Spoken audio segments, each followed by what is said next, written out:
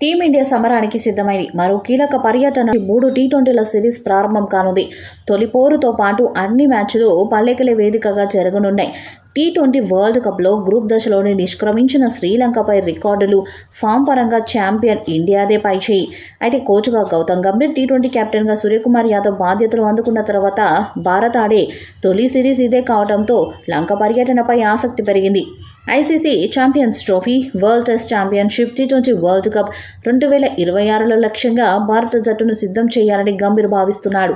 దీనికోసం లంకతో జరిగే టీ20 సిరీస్తోనే తన కార్యాచరణ మొదలు పెట్టాలని భావిస్తున్నాడు. ఈ నేపథ్యంలో నయా కోచ్ కొన్ని కఠిన నిర్ణయాలు తీసుకోవాలనుకుంటున్నాడు. టీ20 వరల్డ్ కప్ విజేత జట్టులో శివన్ దుబే సభ్యుడు. ఫైనల్లో భారత్ విజయంలో దుబే కీలక పాత్ర కూడా పోషించాడు. 16 బంతుల్లో 27 పరుగులు సాధించాడు. అయితే టోర్నీ మొత్తంగా దుబే ఆకట్టుకోలేకపోయాడు.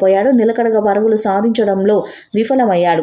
ఒక్క ఓవర్ మాత్రమే బౌలింగ్ వేశాడు. జట్టులో పూర్తిస్థాయి బ్యాటర్గానే ఎంపికయ్యాడు. దీంతో దుబేకు బదులుగా నిలకడగా పరుగులు సాధించే సంజు శాంసన్ను జట్టులో కొనసాగించాలని గంభీర్ భావిస్తున్నాడట.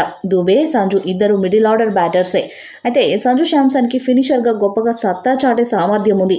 దీంతో దుబేకు బదులుగా సంజుకి ఛాన్స్ ఇవ్వాలని గంభీర్ యోచిస్తున్నారట. హార్దిక్ పాండ్యా ఉత్తమమైన ఆల్రౌండర్గా దుబేను సిద్ధం చేయాలని బీసీసీఐ గత కొన్నేళ్లుగా భావిస్తుంది. దీన్ని అమలు చేయాలని గంభీర్పై ఒత్తిడి ఎదురైతే సంజుని పక్కన పెట్టి దుబేకు తొలి టీ20లో ఛాన్స్ దక్కనుంది. లేకపోతే మాత్రం మొదటి టీ20 జట్టులో సంజు ఉండే అవకాశం ఉంది.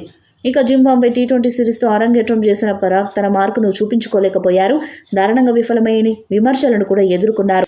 అయినప్పటికీ సెలెక్టర్లు ఏ ప్రతిపాదికన అతడిని లంక టూరుకు ఎంపిక చేశారని పెద్ద ఎత్తున ఇప్పటికే చర్చ నడుస్తుంది. తాజాగా ఇదే విషయంపై టైమ్స్ ఆఫ్ ఇండియా ఆసక్తికర కథనాన్ని ప్రచురించింది. టైమ్స్ ఆఫ్ ఇండియా రిపోర్ట్స్ ప్రకారం శ్రీలంకతో వైట్ బాల్ సిరీస్లకు తొలుత హైదరాబాదీ తిలక్ వర్మను ఎంపిక చేయాలని సెలెక్టర్లు భావించారట. కానీ తిలక్ వర్మ గాయపడడంతో పరాగ్ను అతడి స్థానంలో పరిగణంలోకి తీసుకుంటున్నట్లు సమాచారం. ఈ వీడియోపై మీ అభిప్రాయాన్ని కామెంట్ బాక్స్లో తెలియజేయండి. ఈ వీడియో మీకు నచ్చితే లైక్ చేయండి, షేర్ చేయండి, కామెంట్ చేయండి. మరిన్ని అప్డేట్స్ కోసం మన ఛానల్ సబ్స్క్రైబ్ చేయండి. అలాగే పక్కన ఉన్న గంట సింబల్ గట్టిగా కొట్టండి.